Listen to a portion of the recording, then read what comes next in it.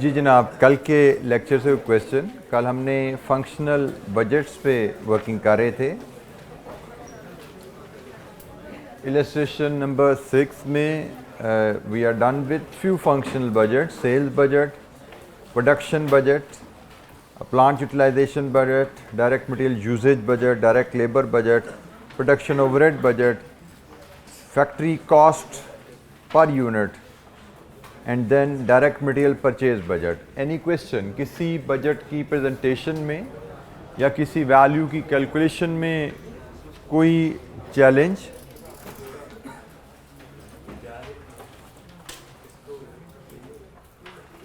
अच्छा, last functional budget देखते हैं, cost of goods sold budget. इसके बाद फिर हम मास्टर बजट की तरफ जाएंगे। कॉस्ट ऑफ गुड्स सोल्ड, जो यूनिट्स हमने बेचे, कॉस्ट ऑफ गुड्स सोल्ड की equation you should recall opening stock plus production cost minus closing stock. ये है जी आपकी कॉस्ट ऑफ गुड्स सोल्ड की इक्वेशन, जहाँ से आप cost of goods sold determine कर सकते हैं। अगले साल हमारी कॉस्ट ऑफ गुड्स सोल्ड क्या होगी? जब ओपनिंग स्टॉक और क्लोजिंग स्टॉक आ जाए तो फिर इन्वेंट्री की वैल्यूएशन के लिए आपको असूल चाहिए, और ये असूल आपको नोट नंबर B7 के नीचे सेंटेंस लिखा हुआ है। Finished goods are valued on a FIFO basis at full production cost. FIFO basis पे इन्वेंट्री वैल्यूएशन का मतलब कि आपकी closing stock current period production पे वैल्यू की जाएगी। Opening stock, units, rate, amount, production cost, 3 column हमें चाहिए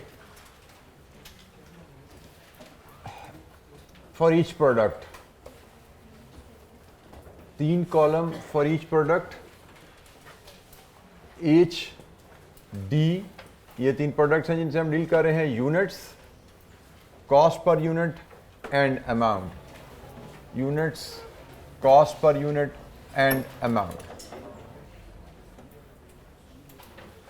और यहाँ पे हम लेंगे जी, जैसे मैंने कहा, opening stock of finish goods, add production cost,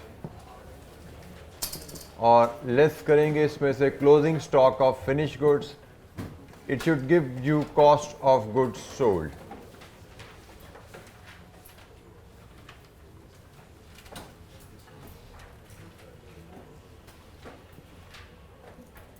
units और वैल्यू हमें मिल जाएगी।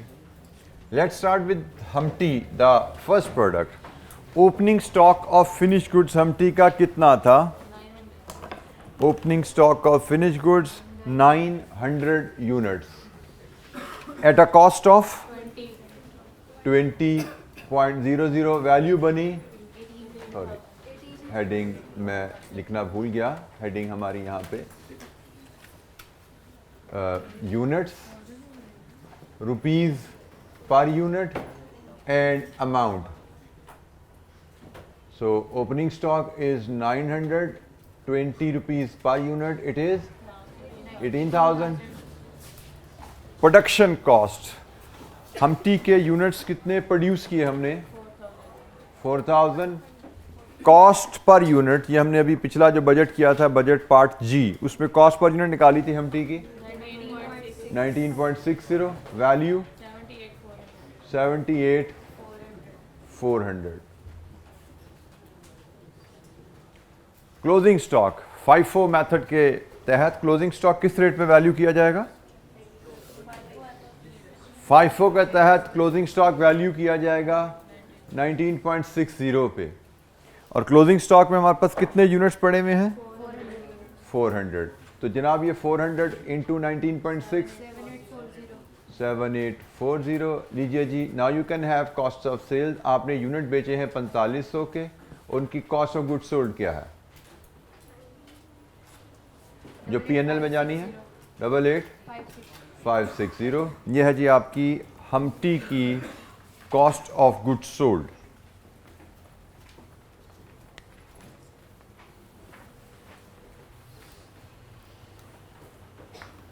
हमटी की cost of goods sold 88,560।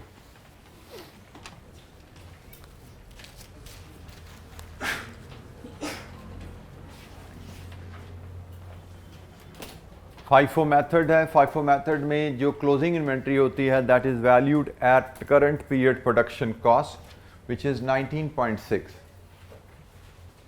Similarly, this data can be arranged for Dumpty।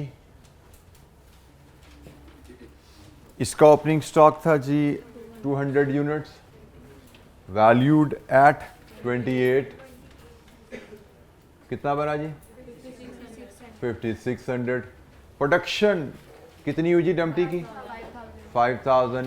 Production cost part जी से 28.15, टोटल 140750। क्लोजिंग स्टॉक डम्पटी का 1200, ये हमारा माइनस होगा एट 28.15, कितनी वैल्यू 33780। तो यूनिट्स बिके हमारे 4000, किस वैल्यू पे बिके, कॉस्ट ऑफ गुड्स सोल्ड 112570। ये जी आपके डी डम्पटी की कॉस्ट ऑफ गुड्स सोल्ड आई जी। एनी क्वेश्चन, कोई सवाल? कॉस्ट ऑफ गुड्स सोल्ड आखिरी फंक्शनल बजट था हमारा। अच्छा जी, master budget is the next requirement. Master budget का मतलब income statement, cash flows and then balance sheet. Income statement, cash flows and balance sheet. Cash flows हम second phase पे बनाते हैं क्योंकि कैश फ्लोज से क्लोजिंग बैलेंस ऑफ कैश हमें मिलता है जो कि बैलेंस शीट में जाना होता है। तो इनकम स्टेटमेंट से हम बात शुरू करते हैं। पार्ट जे में इनकम स्टेटमेंट या पीएनएल कह लीजिए जी। बेटा कोई बोला बच्चा पीछे से? स्पीड ज़्यादा है, लिखने की स्पीड ज़्यादा है। अच्छा जी, आप नोट करना चाह रहे हैं? कीजिए नोट।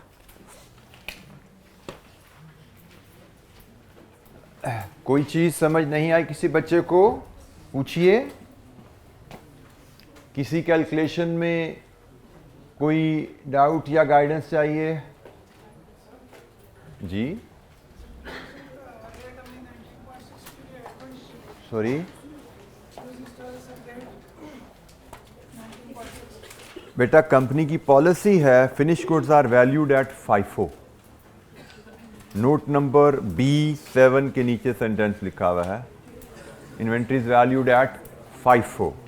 FIFO मेथड में जी बेटा, FIFO मेथड में inventory, closing inventory is valued at current period production cost. अच्छा जी, इनकम स्टेटमेंट का जो फॉर्मेट है that will be a very basic standard format. कोई ऐसा जिसमें कोई हमें डिटेल में ब्रेकअप में कोई स्टैंडर्डाइज फॉर्मेट पर जाने की ज़रूरत नहीं है। हमने जो पीछे तमाम इंफॉर्मेशन वर्किंग्स में की हैं उन्हीं को समरी में अगर हम प्रेजेंट करें, sales less cost of goods sold, gross profit, और ग्रॉस प्रॉफिट में से लेस करें हम कोई एडमिन कॉस्ट का जिक्र है यहाँ पे नोट नंबर F में।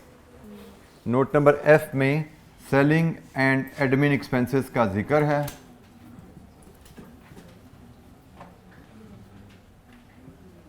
तो we will get to the net profit. This is our budgeted P&L। Sales part A से आपको मिलेगी। पार्ट ए में बजटेड सेल्स बनाई थी आपने, कितनी है? पार्ट ए में क्यूमुलेटिव सेल्स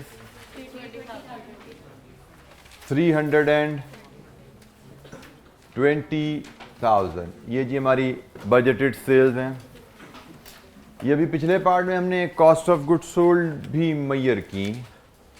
885601 एक की थी और 112570 दूसरे की थी।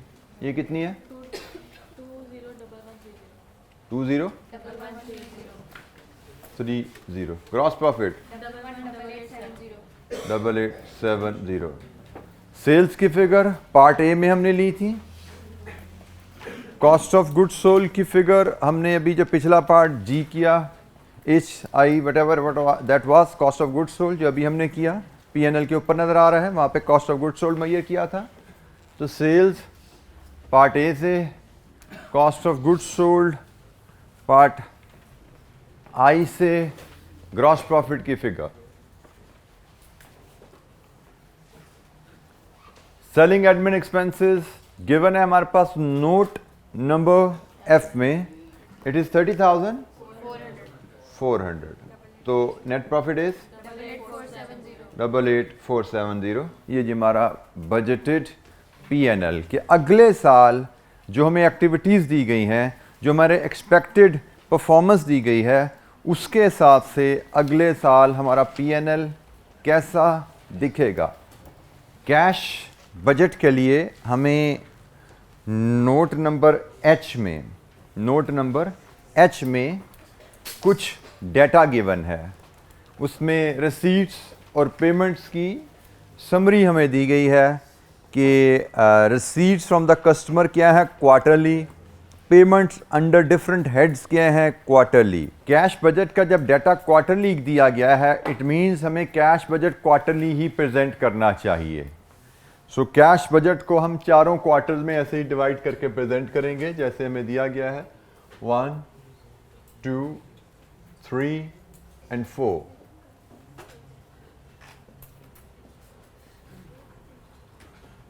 कैश बजट का एक स्टैंडर्डाइज सा फॉर्मेट है जो मोस्ट ऑफ द क्वेश्चंस, क्योंकि कैश बजट और इनकम स्टेटमेंट बजट हम फॉलो कर रहे होंगे, एक बड़ा बेसिक सा फॉर्मेट है जिसको हम रेगुलरली यूज़ कर रहे होंगे।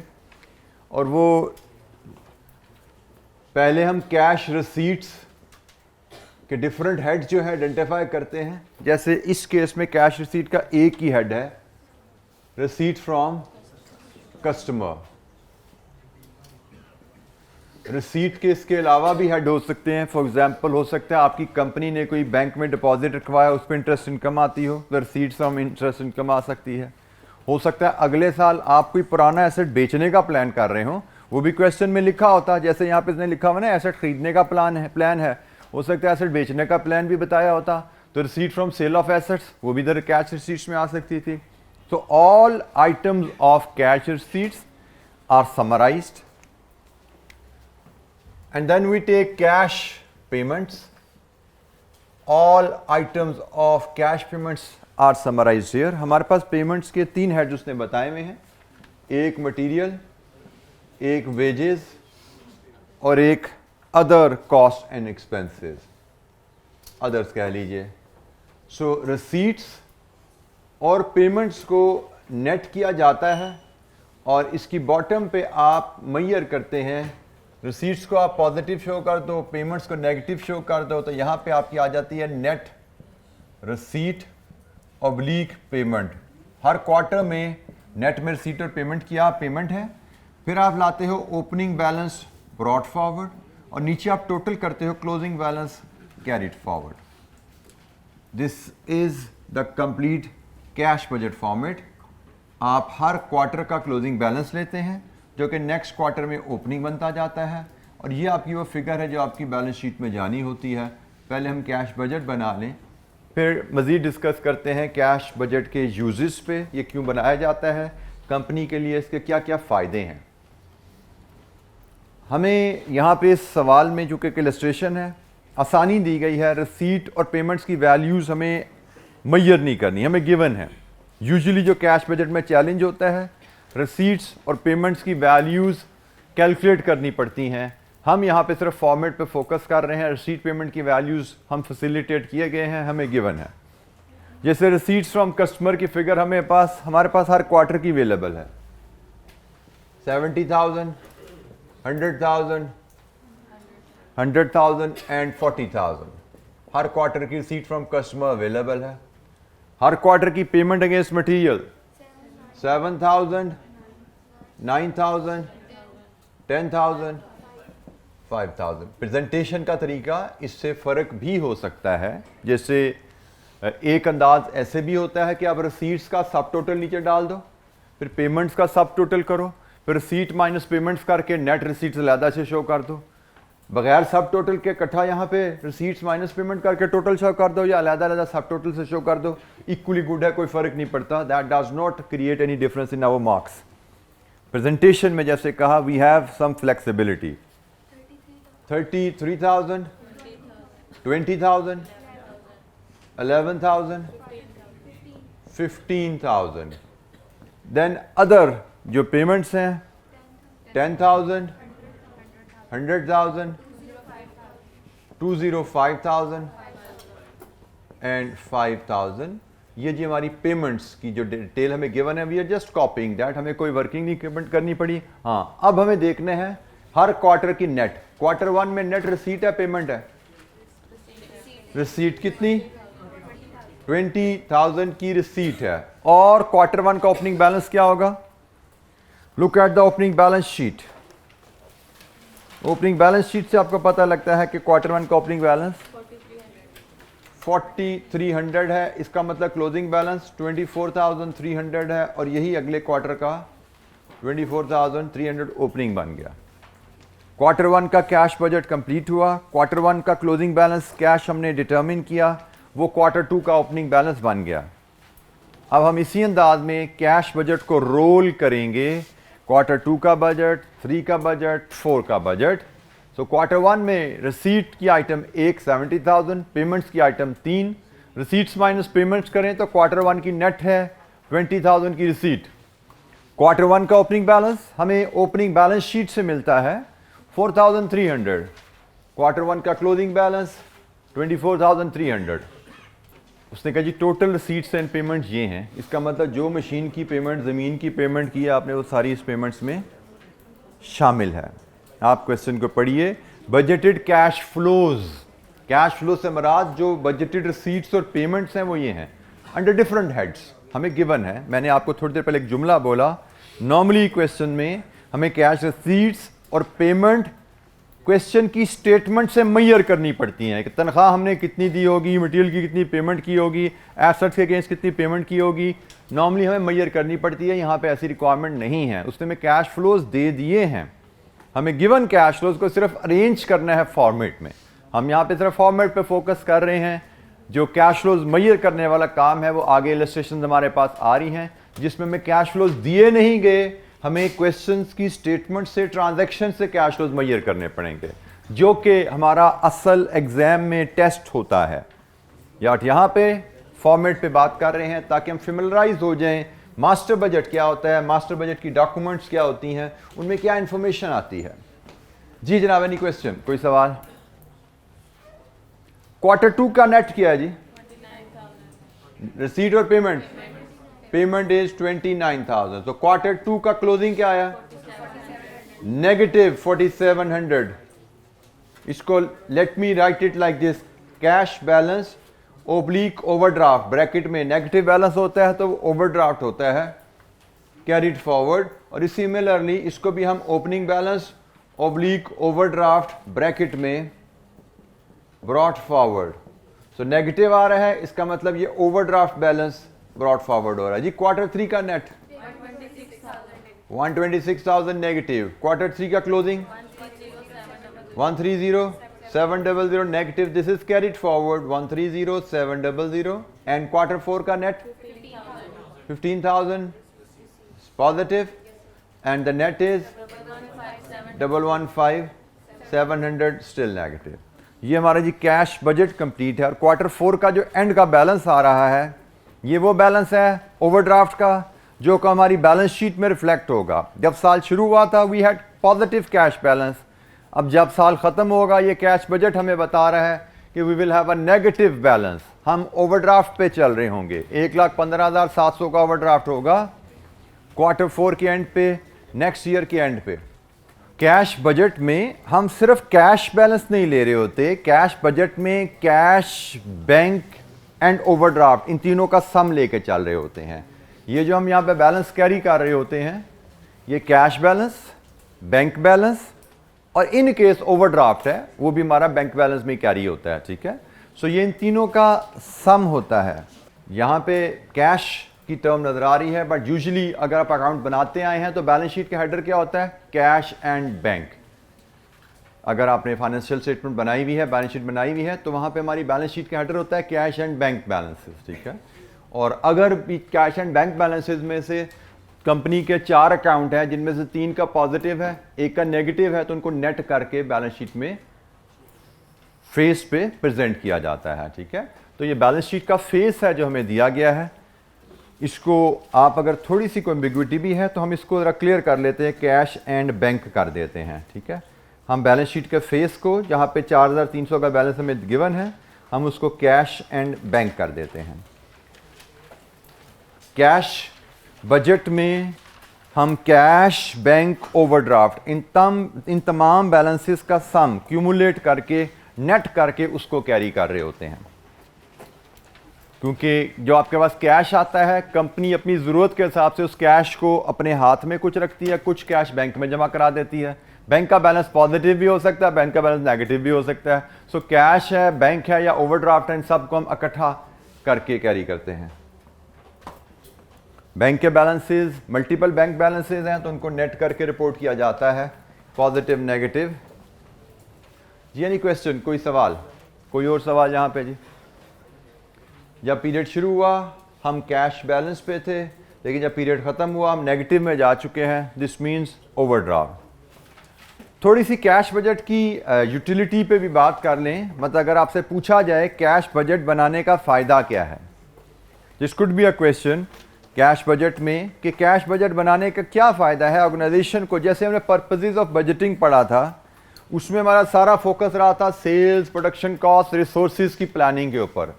बट ये कैश भी बजटिंग का हिस्सा है, इसमें भी प्लानिंग के एस्पेक्ट्स आते हैं, इसमें भी डिसीजन मेकिंग के एस्पेक्ट आते हैं। जब आप कैश बजट बनाते हो, कैश बजट कंपनी को साल के शुरू में बता रहा है कि कंपनी क्वार्टर 2 के एंड में ओवरड्राफ्ट में जाएगी, क्वार्टर 3 के एंड में ये ओवरड्राफ्ट 1,30,700 तक चला जाता है, और क्वार्टर 4 से ये ओवरड्राफ्ट शायद कम होना दोबारा शुरू हो रहा है। ये इंफॉर्मेशन जो आपको मिलती है कि भाई अगले साल हमारा एक्सपेक्टेड कैश बैलेंस क्या है, ये इंफॉर्मेशन कंपनी को अपनी फ्यूचर कैश या फाइनेंस की ज़रूरत के बारे में बताती है। कंपनी को साल के शुरू में पता लग गया कि भाई क्वार्टर 2 के एंड से हमारे पास पैसा ख़त्म हो जाएगा, we need to arrange some finance, cash की कमी आने वाली है, हमें कुछ फाइनेंस की ज़रूरत पड़ेगी। अभी हमने इस पूरे डाटा में कहीं पे पूरी कहानी में नज़र नहीं आया कि कंपनी विल रेज फाइनेंस। उन्होंने ये बता दिया कंपनी एसेट खरीदेगी, मशीनरी खरीदेगी, कंपनी लैंड खरीदेगी। अगर आपने पिक किया हो एक नोट में से लैंड भी खरीदने का जिक्र किया है, बट वो पैसे कहाँ से आएंगे, हमें कोई सोर्स नहीं बताया गया। हमारे पास रसीट्स कहाँ से आ रही है, सिर्फ कस्टमर से, cash receipts from customer only, सिर्फ एक रिसीट आ रही है और कहीं से रिसीट नहीं आ रही। बट कैश बजट की फिगर हमें बता रही है कि भाई अगर हमने ये कारोबार करना है तो हमारे पास यहाँ पे इतना कैश मजीद होना चाहिए, या बैंक से ओवरड्राफ्ट की लिमिट होनी चाहिए, बैंक हमें अलाउ करे, हम बैंक से ओवरड्राफ्ट ले सकें। अगर बैंक ओवरड्राफ्ट अलाउ नहीं करता तो हमें कहीं और से लोन लेना है, हमें शेयर होल्डर से पैसे अरेंज करने हैं, क्योंकि क्वार्टर 2 के एंड से हमारे पास कैश की शॉर्टेज आने वाली है। क्वार्टर 3 में शॉर्टेज बढ़ जाएगी, पीक पे जाएगी, क्वार्टर 4 में फिर ये 1,15,700 पे आने वाली है। सो हमें बैंक से ओवरड्राफ्ट अरेंज करना है। अगर हमारे पास ऑलरेडी ओवरड्राफ्ट की फैसिलिटी नहीं है तो हमें अपने बिजनेस को चलाने के लिए, अगले साल ऑपरेट करने के लिए ओवरड्राफ्ट की फैसिलिटी चाहिए। सो कैश बजट आपको अपनी फ्यूचर कैश नीड को फोरकास्ट करने में मदद देता है, और उस फोरकास्ट की रोशनी में आप अपनी फाइनेंसिंग बैंकों से अरेंज कर लेते हैं। आपको साल के शुरू में पता लग गया कि आपको कब जाके कितने पैसे की जरूरत पड़ने वाली है, आप साल के शुरू में ही बैंकों से निगोशिएशन शुरू कर देते हैं, ताकि बाय द टाइम ज़रूरत पड़े बैंक आपको पैसा देने के लिए तैयार हो, या जो भी इन्वेस्टर आपके पास हैं वो पैसा देने का आपके लिए तैयार हो, ताकि आपके बिजनेस में कोई रुकावट ना आए। क्योंकि यहाँ पे आपने शायद ये पेमेंट करनी है, मे बी आपने ज़मीन खरीदी है, उसकी पेमेंट हो रही है यहाँ पे, तो पेमेंट करनी होगी। पैसा अगर अरेंज नहीं हुआ हमारे पास तो वी विल गेट स्टक, हम बिजनेस में फंस जाएंगे। कमिटमेंट ऑनर ना करें, हमें प्रॉब्लम आएगी। जी जनाब, any question? Cash budget, we are done with cash budget. Master budget की 3 डॉक्यूमेंट्स होती हैं, एक पीएनएल या इनकम स्टेटमेंट, दूसरी कैश बजट, और तीसरी बजटेड बैलेंस शीट। अच्छा जी, बजटेड बैलेंस शीट कैसे बनाई जाती है? इसका तरीकाकार होता है जी, आपको एक बैलेंस शीट का फॉर्मेट गिवन है। इस केस में बैलेंस शीट का फॉर्मेट गिवन है, सो आप उसी फॉर्मेट को कॉपी करेंगे और उन्हीं हेड्स में देखेंगे कि अगले साल के एंड तक कौन कौन सी वैल्यूज़ है जो जिनमें चेंज आने वाला है। बैलेंस शीट पे जैसे मैं बताया, हम दो इलस्ट्रेशन कर पाएंगे। एक ये इलस्ट्रेशन कर रहे हैं, एक इसके बाद एक शायद आएगी, उसके बाद कोई क्वेश्चन शायद हमें बैलेंस शीट पे नहीं मिलने वाला। बट बैलेंस शीट बनाना सबसे आसान काम होता है। तो जो बैलेंस शीट का असूल है मैं आपको इसी एक इलस्ट्रेशन में क्लियर कर दूंगा। अगली इलस्ट्रेशन हमारी रिवीजन हो जाएगी और उसके बाद इंशाअल्लाह आपको बैलेंस शीट बनाने में कोई चैलेंज का सामना नहीं करना पड़ेगा। पहला स्टेप, बैलेंस शीट का फॉर्मेट सबसे पहले लेके आइए। तो हम जो फॉर्मेट हमें गिवन है इसी फॉर्मेट को हम बनाते हैं। तो हम जनाब मैसी वर्क्स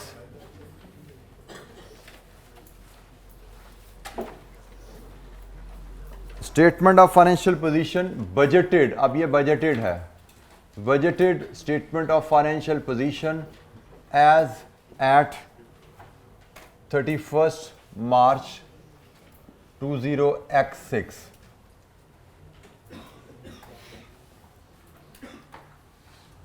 एसेट्स,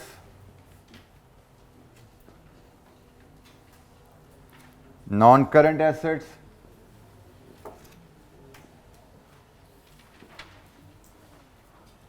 इसमें land and building,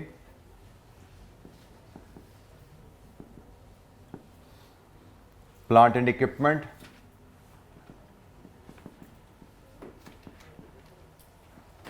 and less accumulated depreciation। दो कॉलम यहां पे वैल्यूज के गिवन है, तो हम भी दो ही कॉलम ड्रॉ कर लेते हैं इधर।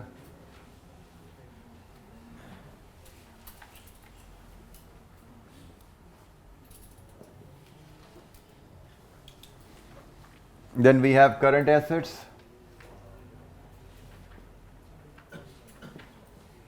इसमें we have raw material, we have finished goods,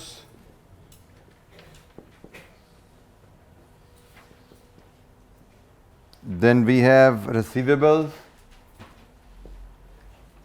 यहाँ पे तो कैश है, लेकिन हमें पता है कि अगले साल हमारे पास कैश नहीं होगा। अगले साल तो हम ओडी में जा रहे होंगे, तो कैश की फिगर हम यहाँ पे आइटम यहाँ पे इनकॉर्पोरेट ही नहीं करते। इसके नीचे हम ले आते हैं करंट लायबिलिटीज़। करंट लायबिलिटीज़ में हमारे पास आइटम्स हैं जी, एक पेबल, लेकिन एक हमें पता है ओवरड्राफ्ट भी आएगा, तो इनको नेट करेंगे।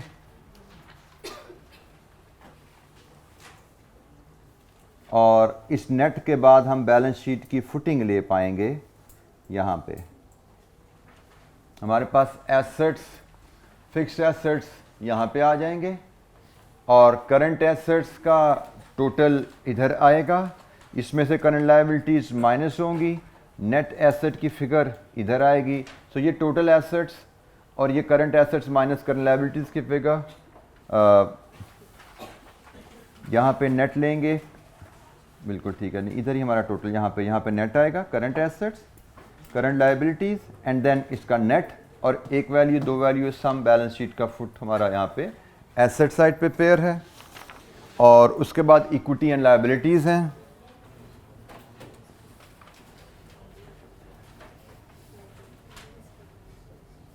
इसमें हमारे पास शेयर कैपिटल एंड रिजर्व की हेडिंग है, शेयर कैपिटल एंड रिजर्व की हेडिंग है, और इसमें हमारे पास शेयर कैपिटल है एंड रिजर्व्स है, और ये आपके बैलेंस शीट की दूसरी साइड आ जाएगी।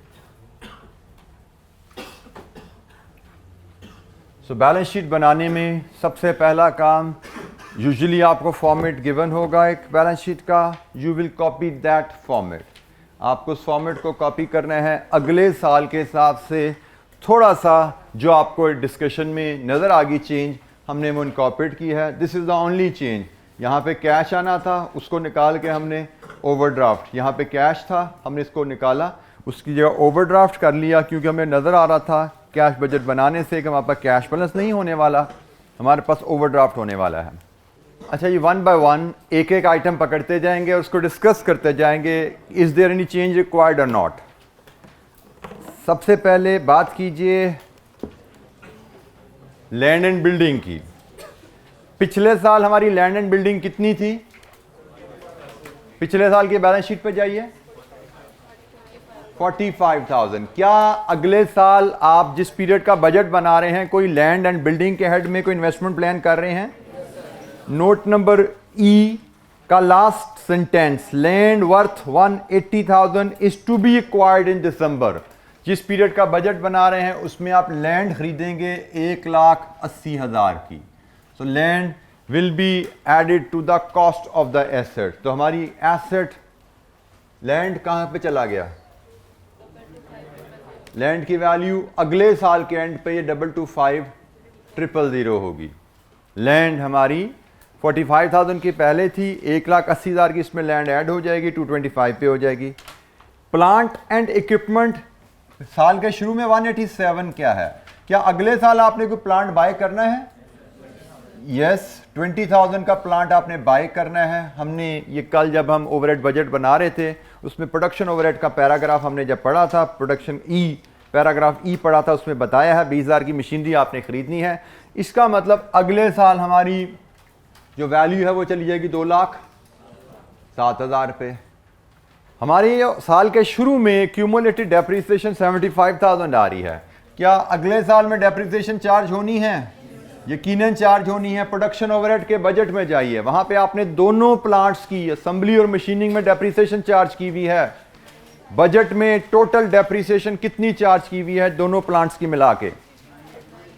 9850। इसमें आपने एग्जिस्टिंग प्लांट की डेप्रिसिएशन मशीनिंग असेंबली की लेनी है, इसमें आपने नए प्लांट की डेप्रिसिएशन मशीनिंग में लेनी है। तो टोटल डेप्रिसिएशन एक्यूमुलेटेड अगले साल कहां चली जाएगी? 84,850। लीजिए इसका नेट बोलिए, 122,150। अगले साल हमारे नॉन करंट एसेट्स का टोटल 347,150। अगले साल हमारे नॉन करंट एसेट्स का टोटल। अगले साल हमारी लैंड एंड बिल्डिंग कहाँ जाएगी? इट इज़ वेरी सिंपल, आपको ओपनिंग बैलेंस शीट गिवन है, अगले साल की ट्रांजैक्शंस जो प्लान्ड है वो गिवन है।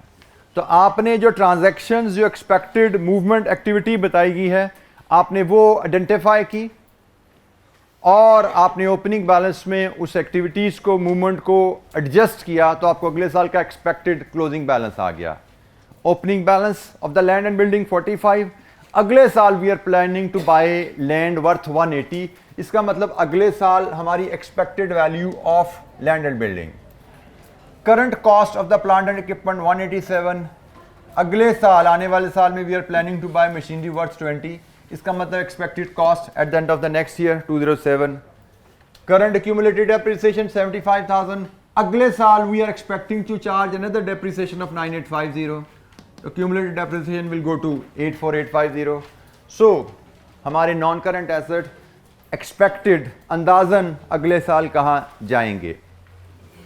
अब ये आप इन मशीनरी में फोरकास्ट जो आप देख रहे हैं ना, ये आपकी वही जो हम प्लानिंग स्टेज पे होते हैं वहाँ पे की जाती है। लैंड जो खरीदी जा रही है या प्लानिंग स्टेज पे की जाती है, जिसमें आप अपनी टेक्नोलॉजिकल फोरकास्ट कर रहे हैं, जिसमें आप इकोनॉमिक्स फोरकास्ट कर रहे हैं, जिसमें सेल्स फोरकास्ट कर रहे हैं। मे बी मशीन हम इसलिए ले रहे हैं कि सेल्स फोरकास्ट में हमें जो सेल्स करने का प्लान कर रहे हैं उसके लिए हमें कैपेसिटी बढ़ाने की ज़रूरत है, इसलिए हम प्लानिंग स्टेज पे ही मशीनरी की परचेज को डाल रहे हैं। फॉर एग्जांपल हमारी कैपेसिटी जो भी थी हमें लग रहा है जी अब हम जो इतने यूनिट बेचने का या प्रोड्यूस करने का प्लान कर रहे हैं, we need to expand our production capacity, तो उसके लिए हमें मशीनरी भी खरीदनी पड़ेगी। ये सारा प्लानिंग में आएगा। मशीनरी खरीदनी है, ज़मीन खरीद रहे हैं, लैंड खरीद रहे हैं, शायद फर्दर अगले सालों की प्लानिंग के लिए, उसके हिसाब से हमारी सारी कोऑर्डिनेटेड एक्टिविटी अगर नहीं है, हमने सेल्स बढ़ा दी, मशीन नहीं खरीदी, प्रॉब्लम। मशीन खरीदने का सोच लिया, पैसे अरेंज नहीं किए, प्रॉब्लम। सो मकसद क्या है सारी बजट एक्टिविटी बनाने का कि हमारा पूरा प्लान कोऑर्डिनेटेड हो, हर फंक्शन हर डिपार्टमेंट दूसरे को सपोर्ट कर रहा हो और कोई डिपार्टमेंट हर्डल ना क्रिएट करे ऑर्गेनाइजेशन के ओवरऑल ऑब्जेक्टिव में। मशीनरी खरीदी है, लैंड खरीदी है, ओवरड्राफ्ट अरेंज नहीं किया हुआ, कैश बजट नहीं बनाया था, देखा ही नहीं कि कैश का शॉर्टेज आने वाला है, तो फाइनेंशियल प्लानिंग नहीं हुई, कैश का बजट नहीं बनाया, प्रॉब्लम आ जाएगी, ऑब्जेक्टिव नहीं हो पाएगा पूरा। जी एनी क्वेश्चन, कोई सवाल? रॉ मटेरियल का स्टॉक अगले साल हमारे पास कितना होगा? It is given in note number C. Note number C में रॉ मटेरियल स्टॉक हमारे पास गिवन है।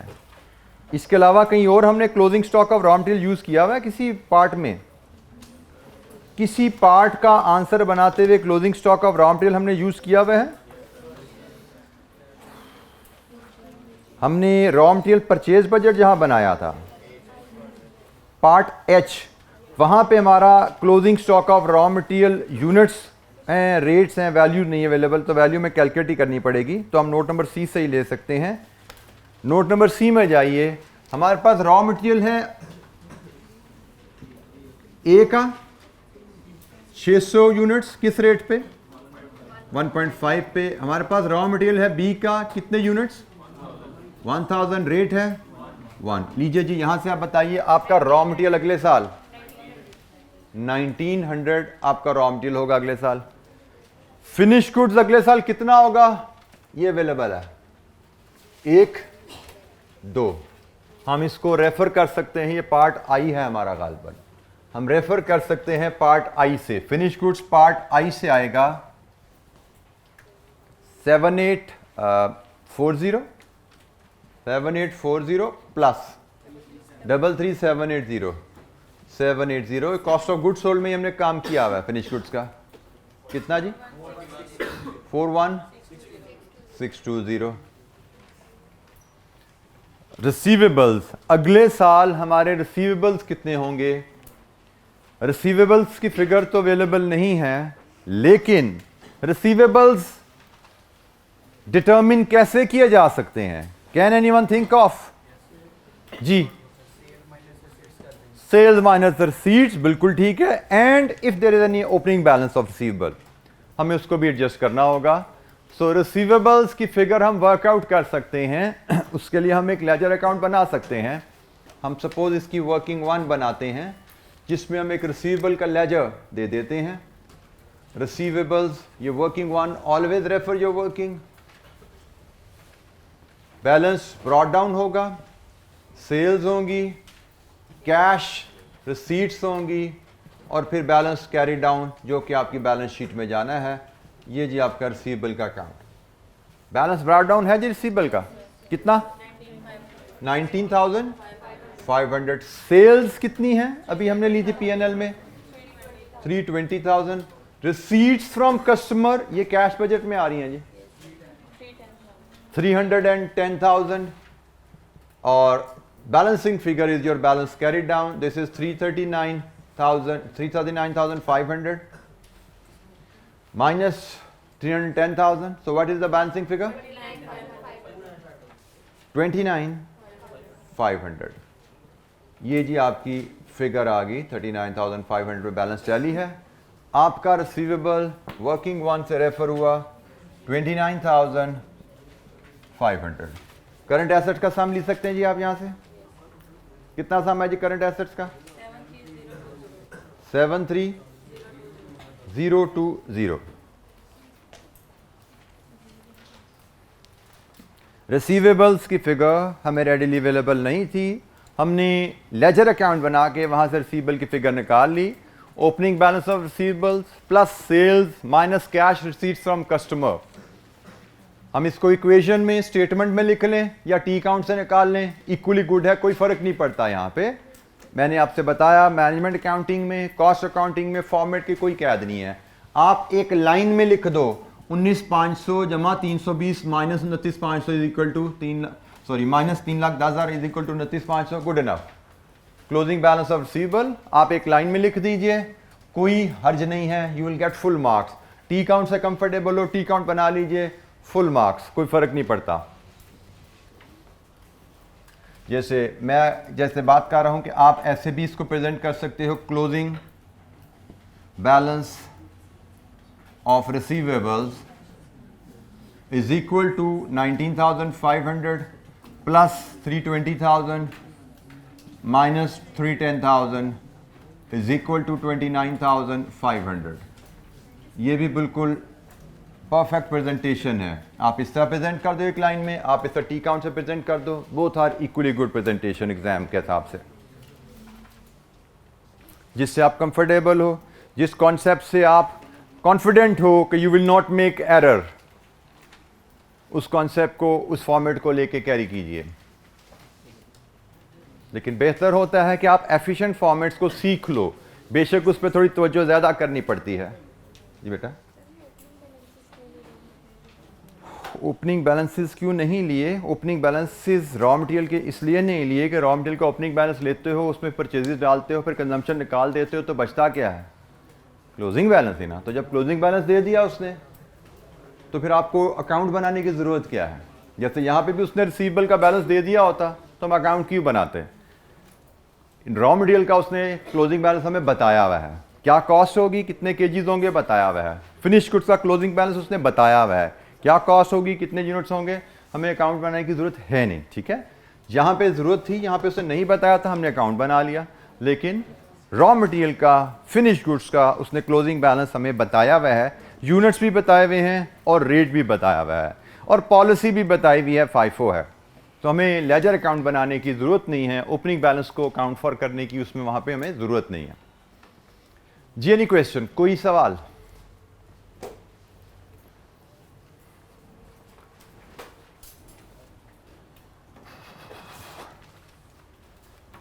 ये जी हमारे करंट एसेट का टोटल आ गया। अब हम करंट लायबिलिटीज़ में जाएं, तो करंट लायबिलिटीज़ में आपके पास ओवरड्राफ्ट की फिगर तो रेडीली अवेलेबल है, 1,15,700। इसको तो आप यहाँ पे डायरेक्टली लिख लीजिए। अब रह गया पेबल। अब पेबल्स में हमें बताया नहीं गया ये पेबल्स किसके हैं, तो हम अज्यूम करेंगे ये material, labour, other cost and probably assets, उन सब के अगेंस्ट पेबल हैं, क्योंकि पेमेंट तो हमने सबकी करनी है ना। हमें मटेरियल के अगेंस्ट भी पेमेंट करनी होती है, हमें वेजेस के अगेंस्ट भी पेमेंट करनी होती है, हमें अदर एक्सपेंसेस और एसेट्स के अगेंस्ट भी पेमेंट करनी है। ये सारी पेमेंट का हिसाब उसने हमें दिया हुआ है। और पेबल्स हमें बताए गए हैं क्यूमुलेटिव, टोटल पेबल हैं। जब टोटल पेबल अवेलेबल है ओपनिंग, और हम निकालना चाहते हैं क्लोजिंग पेबल, कैसे निकलेगा? शायद इसी अंदाज में अगर हम लेजर अकाउंट बनाएं, हम एक तरह वर्किंग बनाते हैं और उस पर फिर इसको एलैबोरेट करते हैं कि लेजर अकाउंट का फॉर्मेट क्या क्या चीजें इसमें आनी चाहिए। पेबल्स का लेजर अकाउंट हम बनाते हैं, हम क्लोजिंग बैलेंस ऑफ पेबल लेना चाह रहे हैं। Working to payables, balance brought down हमारे पास रेडीली अवेलेबल है। कितना जी पेबल का बैलेंस ब्रॉट डाउन? 6800। हमें payments to payables, cash payments, वो हमें अवेलेबल हैं सबकी इकट्ठी। आपको तवज्जो कीजिएगा, चूंकि यहां पे पेबल का बैलेंस इकट्ठा है, इसमें को पता है कि मटेरियल का पेबल, वेजेस का पेबल, अदर्स कितना है, ब्रेकअप अवेलेबल नहीं है ना, इसलिए सबको इकट्ठा कर दिया हमने। पेबल का बैलेंस इकट्ठा है तो पेमेंट्स भी इकट्ठी कर लो। सबका सम बताओ कितना है? 430,000। अब जिन हेड्स का ये सम है उनकी कॉस्ट एंड एक्सपेंसेस वो भी उठा लेते हैं हम, वो इधर ले आते हैं, तो बैलेंसिंग फिगर कैरी डाउन हमारी हो जाएगी। अब ये फिगर कहां से आनी है? इसके लिए वर्किंग 2.1 आपको बनानी पड़ेगी। वर्किंग 2.1 के टोटल कॉस्ट एंड एक्सपेंसेस आपके क्या क्या हैं। अब पूरा कैश बजट ज़हन में खंगालो, अगले साल आपने पूरा जो बिजनेस करना है उसमें क्या क्या कॉस्ट, क्या क्या एक्सपेंसेस आपके होने वाले हैं। Let's start with the assets. सबसे पहले एसेट से बात शुरू करते हैं। अगले साल हमने 20,000 का प्लांट बाय करना है, 1,80,000 की मशीनरी खरीदनी है। ये भी पेबल बुक होंगे ना, cost and expenses, debit asset, credit payable होने हैं। तो 20,000 का प्लांट, 1,80,000 की लैंड। इसके अलावा हमने मटेरियल बाय करना है, मटेरियल बाय करना है। रॉ मटेरियल परचेज बजट पे जाओ, कितना मटेरियल टोटल बाय करना है? टोटल मटेरियल कितना बाय करना है? 35,000। हम पूरे बिजनेस साइकिल को रिव्यू कर रहे हैं। हमने मटेरियल, बिजनेस शुरू हुआ, मटेरियल बाय करना है, फिर हमने लेबर की कॉस्ट भी पे करनी है। लेबर कॉस्ट बजट पे जाओ। Labour cost budget is 400। फिर हमने ओवरहेड्स भी इनकर करने हैं। ओवरहेड, अब यहां पे तवज्जो कीजिएगा, कौन से ओवरहेड्स? वो ओवरहेड जिनके केस कैश पे होता है। डेप्रिसिएशन भी हमारे ओवरहेड्स में शामिल है, लेकिन वो नॉन कैश है, वो कैश आइटम नहीं है। तो कैश ओवरहेड्स हमारे नोट नंबर ई में जो बताए गए हैं, एक 39,500 है और एक वैल्यू 18,650 है। अब जरा एक बार फिर रिकॉल कीजिए, हमने एसेट्स बाय किया, प्लांट ले लिया, हमने लैंड बाय की, ले ली, हमने मटेरियल बाय किया, ले लिया, लेबर ले ली, ओवरहेड्स ले लिए, दैट्स इट। इसके अलावा कोई कॉस्ट या कोई एसेट कोई रह गई है पूरे बिजनेस में हमारी? पीएनएल पे नजर दौड़ा लें, सेलिंग एंड एडमिन एक्सपेंसेस, बिल्कुल ठीक है जी। सेलिंग, मैंने एग्जैक्टली बात की, पीएनएल पर नजर दौड़ाते हैं तो सामने ये चीज नजर आ जाती है, सेलिंग एंड एडमिन एक्सपेंसेस। इसको भी ऐड करना है 30,400, और ये सारा पीएनएल कवर हो गया। मटेरियल, लेबर, ओवरहेड यहाँ पे आ गए, सेलिंग एक्सपेंसेस आ गए। बैलेंस शीट में देख लीजिए, ये 1,80,000 ले लिया, 20,000 ले लिया, ये खर्चा है, नॉन कैश है, ये नहीं लेना। मटेरियल रिलेटेड सारी चीजें हम कवर कर चुके हैं, दैट्स इट। सम कीजिए 433,950, ये जी आपका 433,950, और यहां से आप क्लोजिंग बैलेंस, बैलेंसिंग फिगर 10750 लीजिए जी आपका काउंट 10750। पेबल्स 10750। करंट लायबिलिटीज का सम बताइए क्या बन रहा है जी? 126,450। Current assets minus current liabilities, it is net negative. Current liabilities आ रही कितने है जी? Current assets minus current liabilities 53,430, और सम कीजिए, इसको माइनस करेंगे, करंट लायबिलिटीज नेट आ रही हैं, इसमें से माइनस करेंगे 293,720। लीजिए जी, this is the balance sheet footing. एक साइड की फुटिंग आ गई आपकी, एसेट साइड आपकी कंप्लीट हो गई है। जैसा फॉर्मेट उसने दिया था उसी फॉर्मेट में हमने बैलेंस शीट की एसेट साइड कंस्ट्रक्ट की। नॉन करंट एसेट्स, और उसके बाद current assets minus current liabilities ली, नेट करंट एसेट्स नेगेटिव आ रहे हैं, तो total assets minus negative values of net current assets, हमारे पास एसेट साइड की फुटिंग आ गई 293,720। बनाना डिफरेंट हेड्स को हमने कैसे आइडेंटिफाई किया? जैसे मैंने कहा कि बैलेंस शीट में हमें क्वेश्चन पास पेपर में नज़र नहीं आएगा, बट ये एक इजी टॉपिक होता है, शायद इसीलिए एग्जामिनर अभी तक इसको टेस्ट नहीं कर पाया।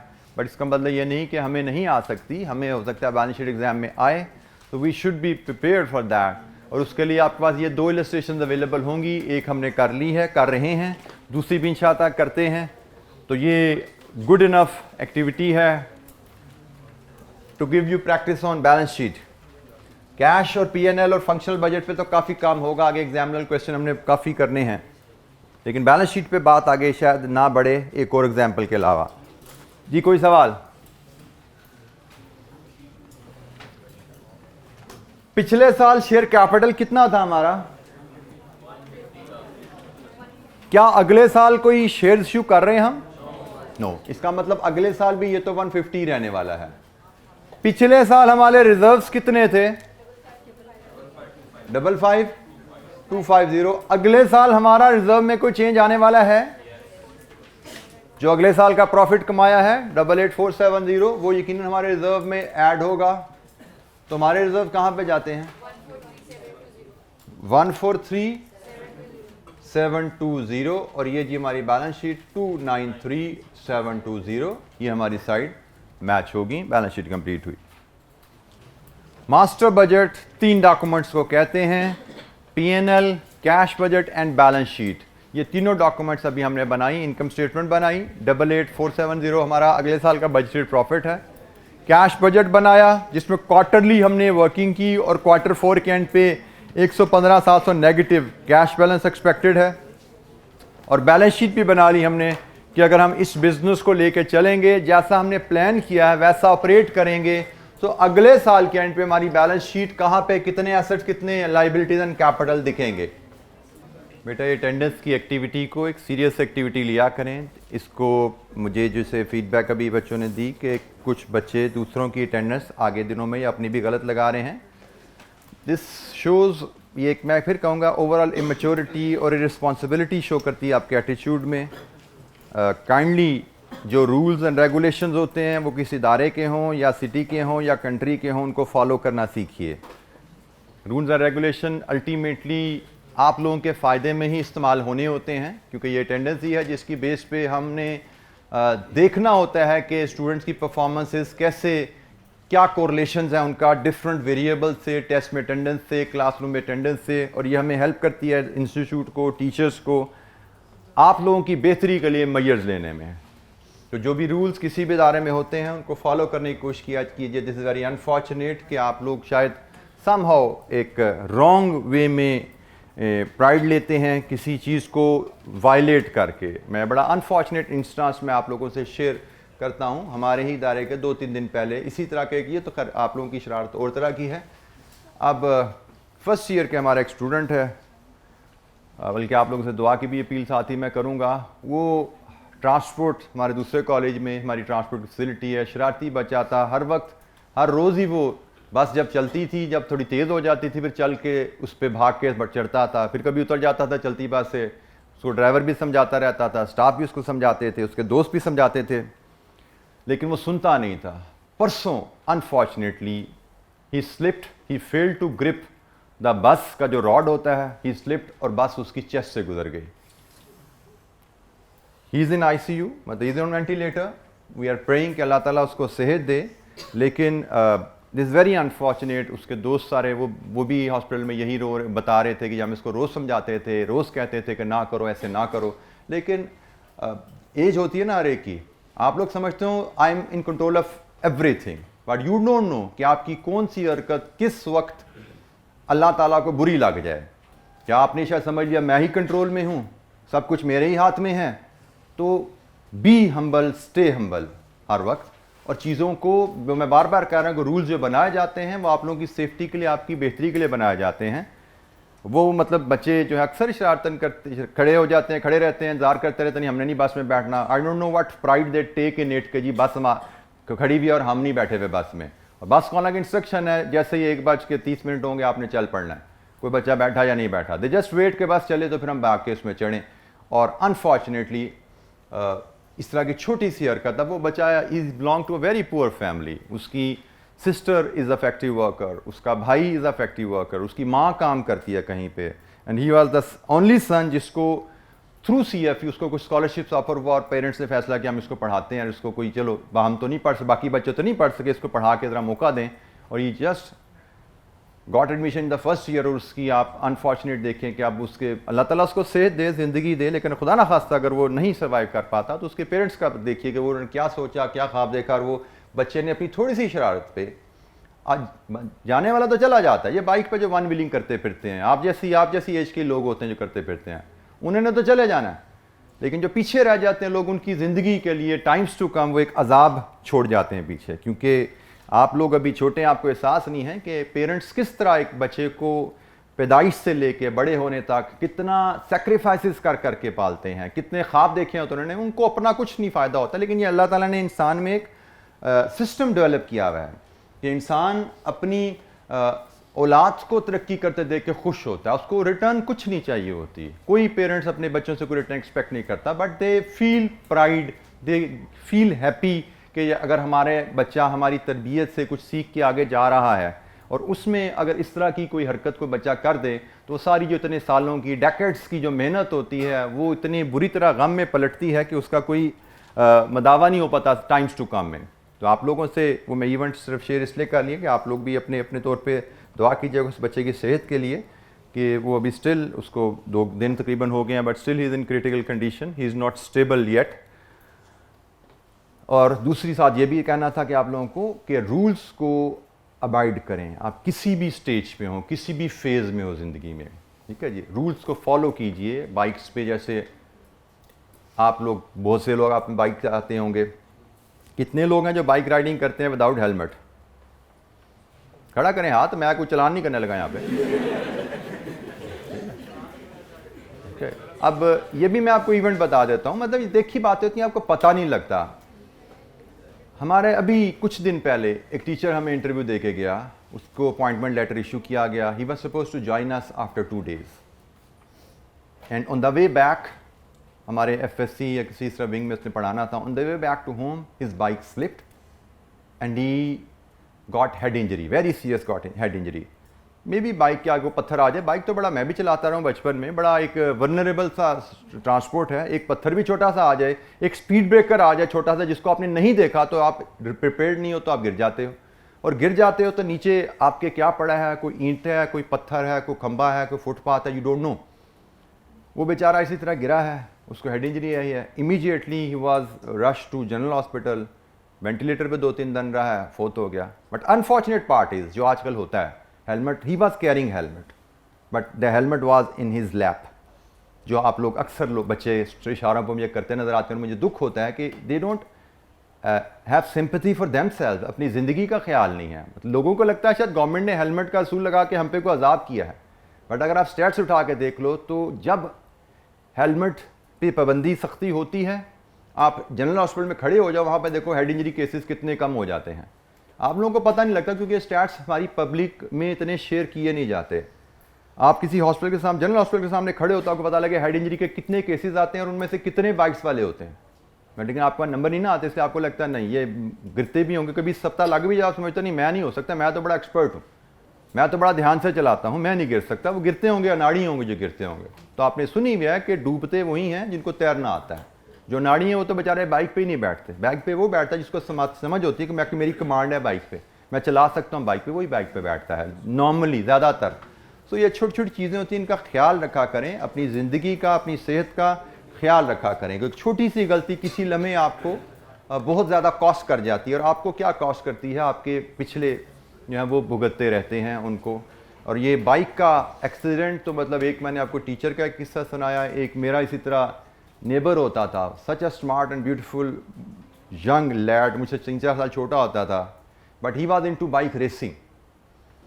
और बाइक रेसर्स आपको पता है वो तो हेलमेट पहनते ही नहीं है, and he was a very successful bike racer. आपको पता है कि मतलब किस तरह आजकल बच्चे करते होते हैं, शर्तें लगती हैं, लाखों रुपए वो शर्तों में जीतता होता था।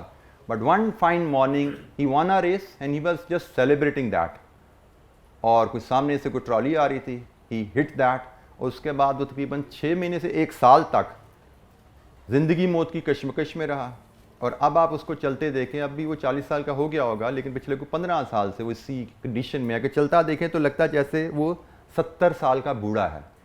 मतलब he can not stand straight, he can not talk smooth. लेकिन क्या है, सिर्फ एक छोटी सी गलती, मतलब इतना मुझे दुख होता था, इतना स्मार्ट लड़का था, मेरे साथ क्रिकेट खेलता था, हम छोटे भाइयों की तरह था मेरे, उसका बड़ा भाई मेरा दोस्त था, तो वो भी दोस्तों की तरह, छोटे भाइयों की तरह था। तो लेकिन ये छोटी छोटी गलतियाँ होती हैं जिनको आप एहसास नहीं करते, आप इनको रजिस्टर नहीं करते कि कितनी ज़्यादा कॉस्टली हो सकती हैं ये mistake. You could be one of दो 100 जो खुदा ना खासा रोज़ किसी न किसी कोताही की वजह से हादसे का शिकार होते हैं। तो काइंडली छोटी छोटी चीज़ों का ख्याल रखा करें, रूल्स को फॉलो किया करें, और रूल्स हर जगह जहाँ बनाए जाते हैं उनको फॉलो करने में प्राइड लिया करें कि I am a follower of the rules, I am someone जिसको लोग कहें कि यार ये एक लॉ अबाइडिंग या रूल अबाइडिंग सिटीज़न है। इस चीज़ में प्राइड लीजिए, रूल को वायलेट करके प्राइड ना लीजिए, क्योंकि बच्चे अनफॉर्चुनेटली काफ़ी लोग रूल को ब्रेक करके प्राइड लेते हैं, इशारा तोड़ के खुश होते हैं, देखो मैंने इशारा तोड़ा और पुलिस वाले ने मुझे नहीं पकड़ा। This is not something to take pride in. आपको खुश इस बात पे होना, देखो मैं इशारे पे खड़ा हूँ, कई लोग इशारे तोड़ के चले गए, मैंने अल्हम्दुलिल्लाह इशारा नहीं तोड़ा, मैं खड़ा हूँ, मैंने रूल को पकड़ा हुआ, रात के 12 बजे पुलिस वाला खड़ा है या नहीं खड़ा, इसमें प्राइड लीजिए। जो प्राइड लेने की बात है, जो कि आपके लिए एक अचीवमेंट है, अचीवमेंट जो है उसमें प्राइड लीजिए। जो कि डिस्क्रेडिट वाली चीज़ है, जो कि एक बुराई है, उसमें कभी अपने आप में फ़ख्र ना महसूस कीजिए। क्योंकि that may cost you some time very badly and you may not be able to repay that cost, और even your family may not be able to bear the effect of that cost. So kindly ख्याल किया कीजिए। अच्छा जी, balance sheet के reference से, balance sheet budget के लिहाज से एक आखिरी चीज़, अभी तो ना हमें यहाँ पे इनकम स्टेटमेंट का बजट दिया गया, हमें कैश बजट दिया गया और फिर कहा गया बैलेंस शीट बनाओ, लेकिन एग्जाम में जब सवाल आता है ना तो एग्जाम में आता है जी सिर्फ बैलेंस शीट बनाओ। अब जब आप सिर्फ बैलेंस शीट बना रहे हो तो एग्जामिनर ने आपको एसेट्स की, लायबिलिटीज की कुछ कहानी सुनाई होती है, लेकिन जो क्वेश्चन मार्क रह जाता है वो दो फिगर्स पे रह जाता है। एक ये फिगर, कैश बजट नहीं बनाया तो अगले साल का क्लोजिंग बैलेंस कहां से आएगा ये पता नहीं होता, या एक ये फिगर, पीएनएल नहीं बनाया तो अगले साल के रिजर्व में क्या चेंज डालनी है ये कहां से आएगी। अगर आपने कैश बजट नहीं बनाया, आपने पीएनएल नहीं बनाया, तो इन दो फिगर्स के अलावा बाकी सारी फिगर आप ले आओगे। ठीक हो गया जी। Let's assume in this question अगर हमने कैश बजट भी ना बनाया होता, पीएनएल भी ना बनाया होता, तो ये दो फिगर्स हमारे लिए क्वेश्चन मार्क होती है ना, हमें इन दो का ना पता लगता, बाकी सारी फिगर्स हमने ले आनी थी, एसेट्स, लायबिलिटीज, रिसीवेबल, पेएबल सब कुछ आ जाना था। ये दो फिगर्स नहीं आती जब तक आपके पास पीएनएल ना हो या कैश बजट ना हो। अब एग्जाम में अगर हमें सिर्फ बैलेंस शीट का सवाल आए, जो कि जैसे मैं कह रहा हूं आ सकता है, आया नहीं है पास में, आ सकता है, अगर आए सिर्फ बैलेंस शीट आए तो ये दो फिगर क्वेश्चन मार्क होंगी। ऐसे मौके पे एग्जामिनर इन दो फिगर में से एक फिगर क्वेश्चन में बता देता है। फॉर एग्जाम्पल एग्जामिनर सारी बैलेंस शीट का डाटा दे देगा, अगले साल क्या क्या चेंजेस आने वाली हैं, एसेट मशीनरी कितनी लोगे, लैंड कितनी आएगी, डेप्रिसिएशन कितनी चार्ज होगी, सब कुछ बता देगा, और एंड में एक फिगर दे देगा कि कंपनी एक्सपेक्ट के साल के एंड पे बैलेंस विल बी ओवरड्राफ्ट 1,15,700, एक फिगर बता देगा। तो एक फिगर पता लगी, इसका मतलब दूसरी figure will be balancing figure. या बाज़ का कंपनी ये नहीं, क्वेश्चन में ये इंफॉर्मेशन नहीं देता, ये इंफॉर्मेशन दे देता है कि अगले साल कंपनी एक्सपेक्ट करती है कि इतना मुनाफा कमाएगी, ये फिगर पता लगी तो this will be balancing figure. तो बजटेड बैलेंस शीट बनाते हुए be prepared one figure could be the balancing figure, और वो 99.9% कैश या ओवरड्राफ्ट और पीएनएल की फिगर में से एक होगी। क्योंकि जब हमें बजटिंग का क्वेश्चन आएगा, बजटिंग के क्वेश्चन में अगर बैलेंस शीट पे क्वेश्चन आ गया तो शायद वो क्वेश्चन इतना बड़ा होता है कि उसमें कैश और इनकम स्टेटमेंट दोनों तीनों नहीं आ सकते। मास्टर बजट पूरा तो बहुत लंबा क्वेश्चन हो जाता है, हमें जनरली एग्जामिनर एक ही एरिया पे क्वेश्चन देगा, या वो इनकम स्टेटमेंट पे देगा जिसकी लाइक्लीहुड, या कैश बजट जिनकी लाइक्लीहुड ज्यादा होती है। इनकम स्टेटमेंट हो सकता है, कैश बजट हो सकता है, और ये इंडिपेंडेंट एक एक क्वेश्चन इतना लंबा होता है कि हमें साथ बैलेंस शीट नहीं दी जा सकती। सो बैलेंस शीट अगर देगा तो इंडिपेंडेंट क्वेश्चन ही वो हो सकता है यार, उसमें आपको याद रखना है कि one figure may be a balancing figure. आपने तमाम फिगर को ढूंढने नहीं जाना, पीएनएल की फिगर या कैश की फिगर में से एक क्वेश्चन दे देगा, दूसरी आपने बैलेंसिंग लेके बैलेंस शीट कंप्लीट करनी होती है। अच्छा, आगे हमें मजीद एक इलस्ट्रेशन करनी है मास्टर बजट की, लेकिन हमारे पास टाइम इस वक्त कोई तकरीबन 15-16 मिनट रह गए हैं, तो वो तो हम अभी नहीं कर सकते, उसमें तकरीबन हमें आधा पौना घंटा चाहिए, उसको पढ़ने में ही 15-20 मिनट लगेंगे, और अभी पढ़ लिया तो कल शुरू नहीं हो पाएगी हमारी सही तरह। तो फिलहाल कोई पीछे से कोई क्वेश्चन किसी बच्चे के पास है, किसी एरिया से कोई क्वेरी है, कोई लेक्चर मेकअप हुआ या रिवीजन की उसमें कोई क्वेश्चन आप पूछना चाहते हैं, तो we have time around 10 minutes, we can use that. या आज के लेक्चर में से जी बेटा टेस्ट, यस मैं भूल ही गया भाई, टेस्ट है हमारे पास। टेस्ट की कल हमारी बात हो गई थी, आप मशरा आप टेस्ट डिस्ट्रीब्यूट कर दीजिए। टेस्ट की कल हमारी बात हो गई थी कि नेक्स्ट वीक से हम टेस्ट शुरू करेंगे, और नेक्स्ट वीक हमारा पहला टेस्ट थर्सडे को जो होगा that will be on process costing. Process costing पे हमारा टेस्ट होगा। अच्छा जी, अब टेस्ट आपके पास डिस्ट्रीब्यूट हो रहा है, इसमें अनफॉर्चुनेटली अटेंडेंस मैं बार बार आपको एम्फेसाइज करता रहा हूँ, और मैं फिर एम्फेसाइज कर रहा हूँ कि attendance is not satisfactory at all. जब तक आप रेगुलर रिवीजन नहीं करेंगे, जब तक आप टेस्ट देने की आदत नहीं डालेंगे, आपको पता नहीं लगता कि आप कहाँ खड़े हैं, आपको कितनी फर्दर इनपुट चाहिए। अब इस टेस्ट में ये टेस्ट थोड़ा सा ट्रिकी एरिया से आया। इससे पहले तक हमारे जितने टेस्ट और थे वो रिलेटिवली सिंपल एरिया से थे, उसमें परफॉर्मेंस बहुत बेहतर 70-80% तक पास परसेंटेज आ रहा था बच्चों का। लेकिन यहाँ पे अब थोड़ा सा ट्रिकी टेस्ट आया इन्वेंट्री मैनेजमेंट के एरिया से। तो ये 5% ड्रॉप होके, जितने भी स्टूडेंट अपेयर हुए कम थे 2, ये ड्रॉप होके 29% पे आई। सो इससे अब आपको थोड़ा सा आइडिया लेना, ये है वो बार जो मैं कहता हूँ आपको टच करनी है। इससे आपको आइडिया होना चाहिए कि क्या आपकी इनपुट सेटिस्फैक्ट्री है या नहीं है। तो ये जो कम से कम बच्चे बैठे हैं, at least they will get an idea कि उनकी इनपुट सेटिस्फैक्ट्री है या नहीं है। और जो बच्चे बैठे ही नहीं हैं, वो पता नहीं किन ख्वाबों में होंगे और उनको कब पता लगेगा कि वो कहाँ खड़े हैं, तो बड़ा मुश्किल हो जाएगा आप लोगों के लिए रिकवर करना। क्योंकि मैं बार बार शुरू से बताता आ रहा हूँ, कॉस्ट कैफेट is not the kind of subject जो कि आप लास्ट मंथ में कवर कर सकें। लास्ट मंथ में आप जितना मर्जी जोर लगा लो, शायद आप में से 5 या 10% एक्सेप्शनल बच्चे जो A+ ग्रेडर हैं, शायद वो 1 महीने में शायद कवर कर जाएं। लेकिन मेजॉरिटी जो आपके 80-90% बच्चा, जो एवरेज बच्चा होता है, वो लास्ट मंथ में कवर नहीं कर सकता इस सिलेबस को। It is too lengthy. और इंटीग्रेटेड नॉलेज आता है आगे चल के, जैसे जैसे आगे चलेंगे टॉपिक्स मिलने शुरू हो जाते हैं। एक चैप्टर का नॉलेज दूसरे में आ रहा है, दूसरे का तीसरे में आ रहा है, तो जब 2-2 टॉपिक्स मिलके सवाल आते हैं तो आप उसको कंप्लीट नहीं कर पाते। अब ये एरिया इन्वेंट्री मैनेजमेंट का एरिया था जिसमें से हमें ये क्वेश्चन आया, और ये क्वेश्चन इसमें चैलेंज, कोई बच्चा जिन्होंने ये पेपर दिया, कोई बच्चा अगर बता सके which area you face, in which area you face challenge. Probability में, प्रोबेबिलिटी में आप कहते हैं जी चैलेंज आया। अब चैलेंज इसलिए आया कि ये सवाल उन सवालों से थोड़ा फर्क है जो हमने क्लास में किए थे।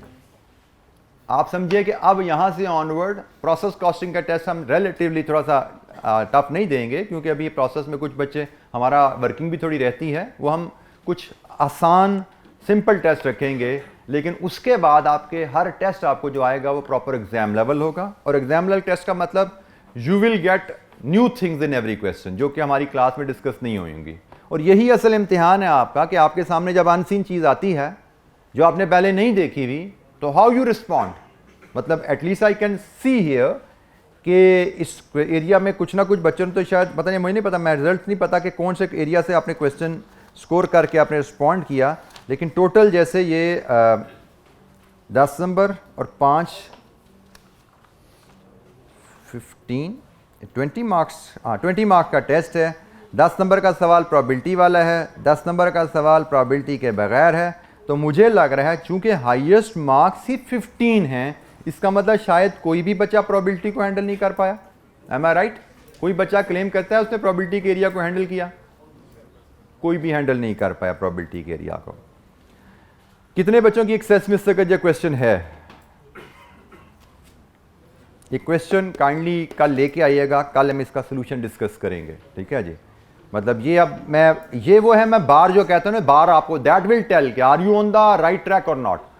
एक अनसीन चीज आई और आप में से जितने भी बच्चे अपेयर हुए, कम थे 2, लेकिन उनमें से एक भी बच्चा इस चीज को हैंडल नहीं कर पाया। And then tomorrow will see कि इसमें क्या चीज ऐसी थी जो कि आपके लिए हैंडलेबल नहीं थी, या अगर आप हैंडल नहीं कर पाए तो उसमें आपकी क्या नेग्लिजेंस थी, और अगर हैंडल करनी थी आपको ये चीज़, तो क्या आपको थोड़ा एक्स्ट्रा माइल जाना था सोचने के लिए या अप्लाई करने के लिए। तो कल हम इस क्वेश्चन में ये जो प्रोबेबिलिटी का पोर्शन है इसको स्पेसिफिकली डिस्कस करेंगे और बाकी एरियाज़ को इन जनरल डिस्कस करेंगे। एंड कल जैसे मैंने कहा मास्टर बजट का क्वेश्चन होगा। अपना जिन बच्चों ने टेस्ट दिया था वो पेपर लेता ही जाएँ मुबशर से, मुबशर काइंडली डिस्ट्रीब्यूट कर दीजिए। और अब कमिंग टेस्ट से आई वांट कि मुझे 100% अटेंडेंस इस टेस्ट में नज़र आनी चाहिए। अटेंडेंस विल इंश्योर कि आप रेगुलरली कुछ एफर्ट कर रहे हो।